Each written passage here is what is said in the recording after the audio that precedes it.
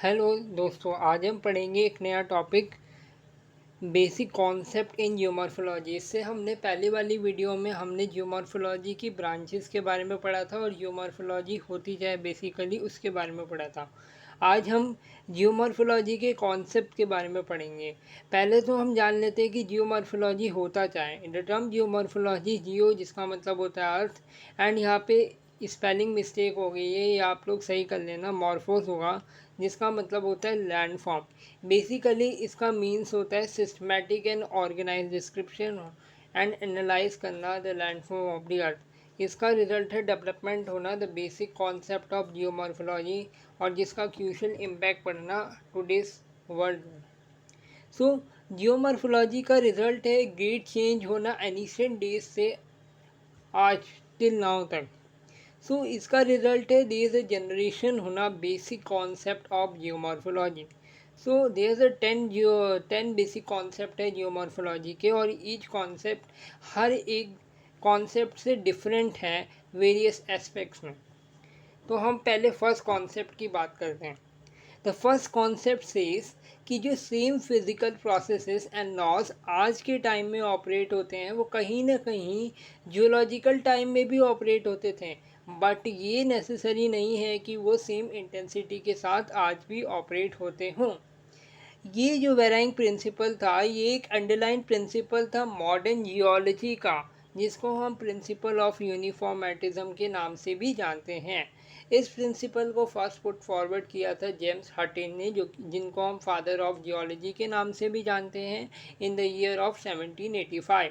In the year of 1802 उन्होंने अपनी play fair में इसको एलोबरेट किया। फर्दर उनकी जो बुक थी द प्रिंसिपल्स ऑफ जियोलॉजी, जिसको बहुत पॉपुलर किया गया चार्ल्स ले द्वारा। सो जेम्स हर्टेन के अकॉर्डिंग प्रेजेंट जो है वो की है पास्ट की, यानी कि हम पास्ट के बारे में प्रेजेंट की कंडीशन के थ्रू बता सकते हैं।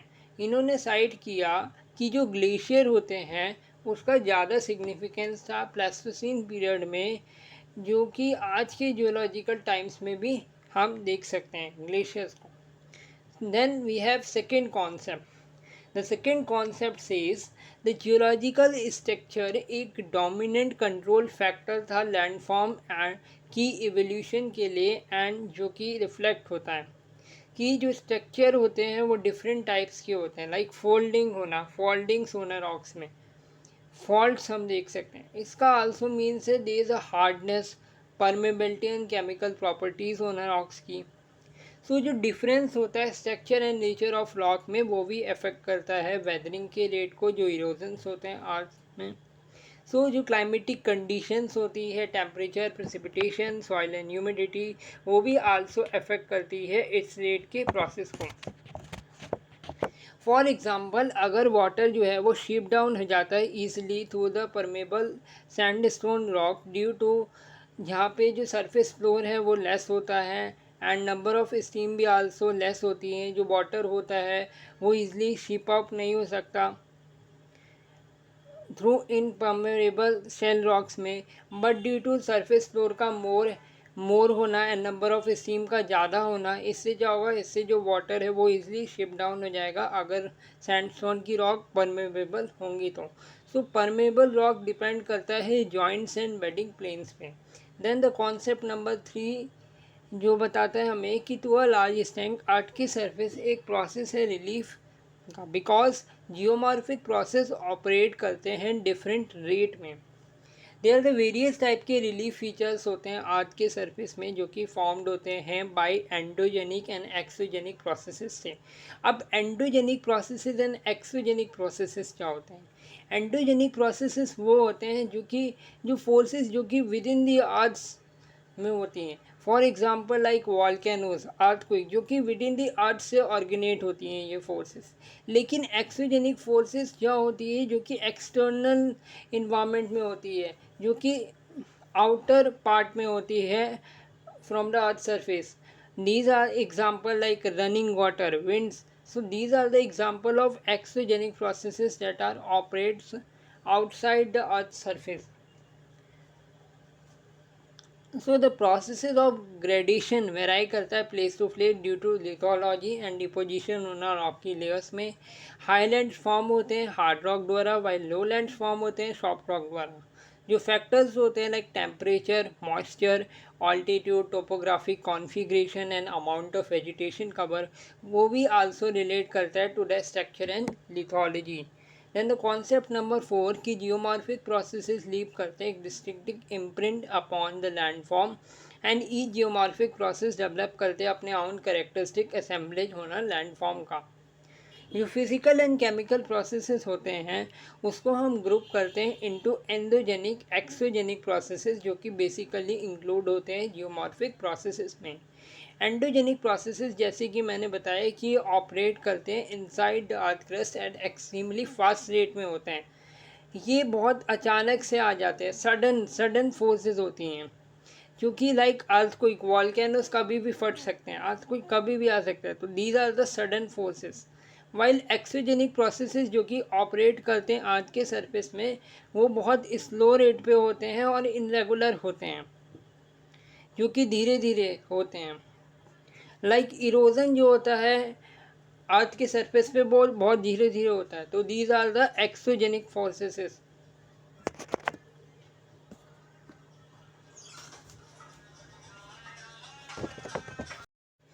ईच प्रोसेसेस जो होते हैं वो ऑपरेट नहीं होते आइसोलेशन में एक दूसरे से, बल्कि मोर देन वन प्रोसेसेस में भी एक्टिव होते हैं एक पर्टिकुलर पॉइंट ऑफ टाइम में।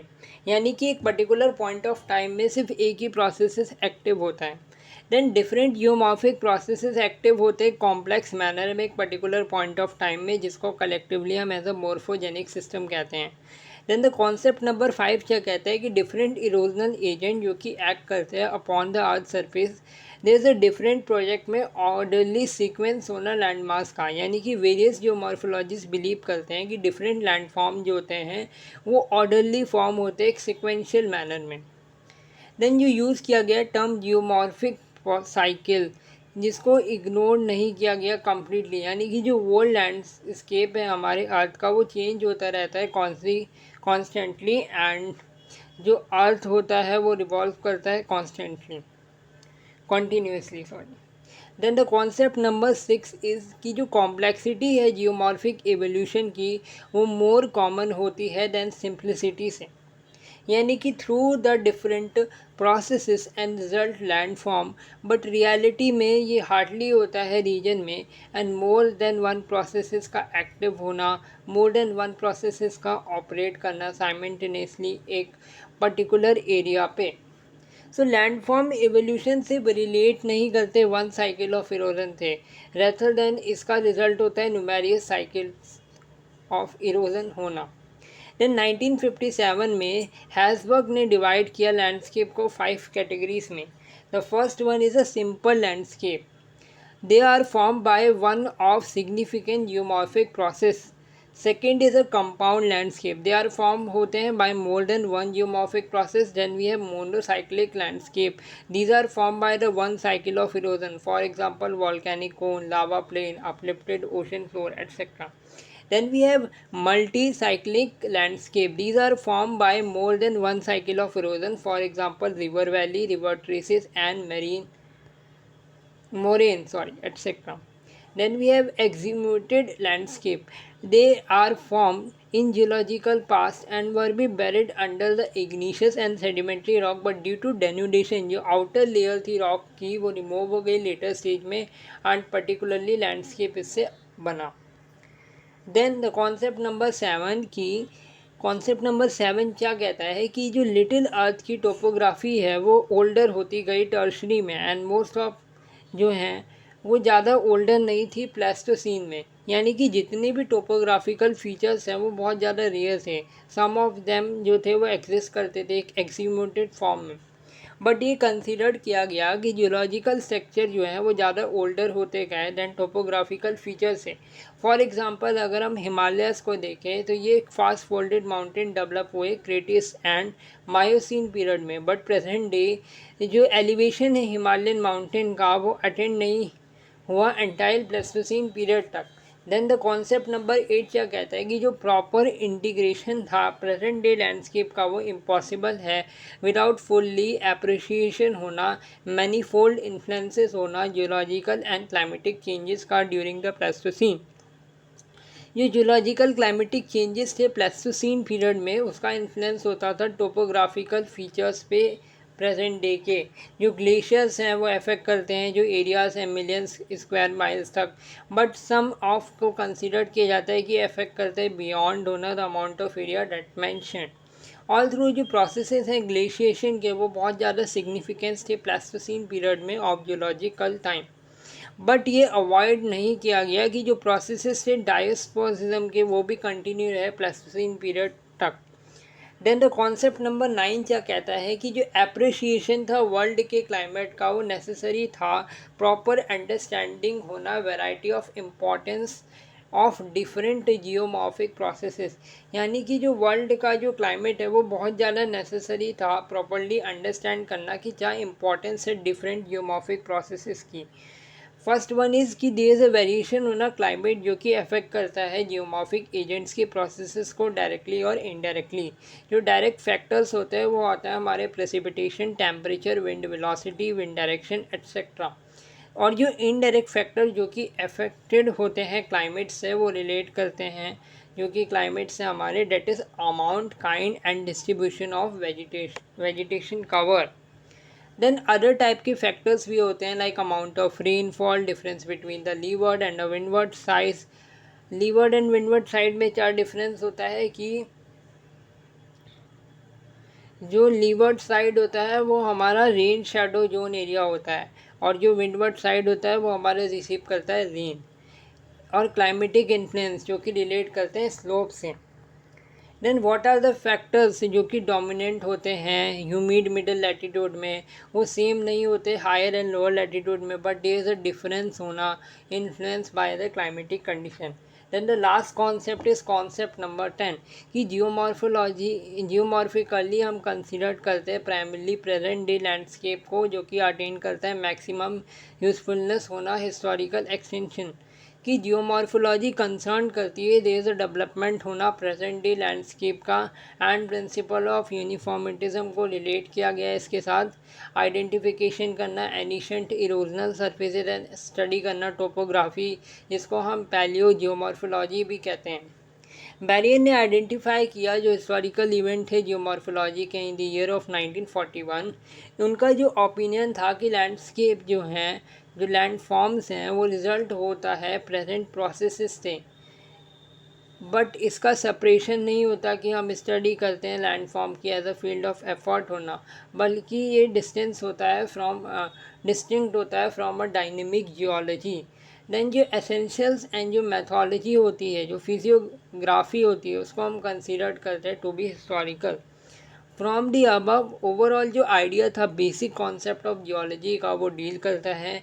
जो कॉन्सेप्ट है इसका इन्फ्लुएंस होता है आज के प्रेजेंट डे वर्ल्ड पे। हर एक कॉन्सेप्ट का लिंक होना दूसरे के साथ सेम टाइम पे, बट ये डिफरेंट है फ्रॉम ईच अदर। हर एक कॉन्सेप्ट एक दूसरे से डिफरेंट है, लिंक है, कॉन्सेप्ट लिंक है एक दूसरे से, बट जो कॉन्सेप्ट है वो एक दूसरे से कहीं ना कहीं डिफ़र करता है, डिफरेंट है। So that is end of the video. Next video में हम नेक्स्ट टॉपिक के बारे में डिस्कस करेंगे। तब तक के लिए थैंक यू, बाय बाय।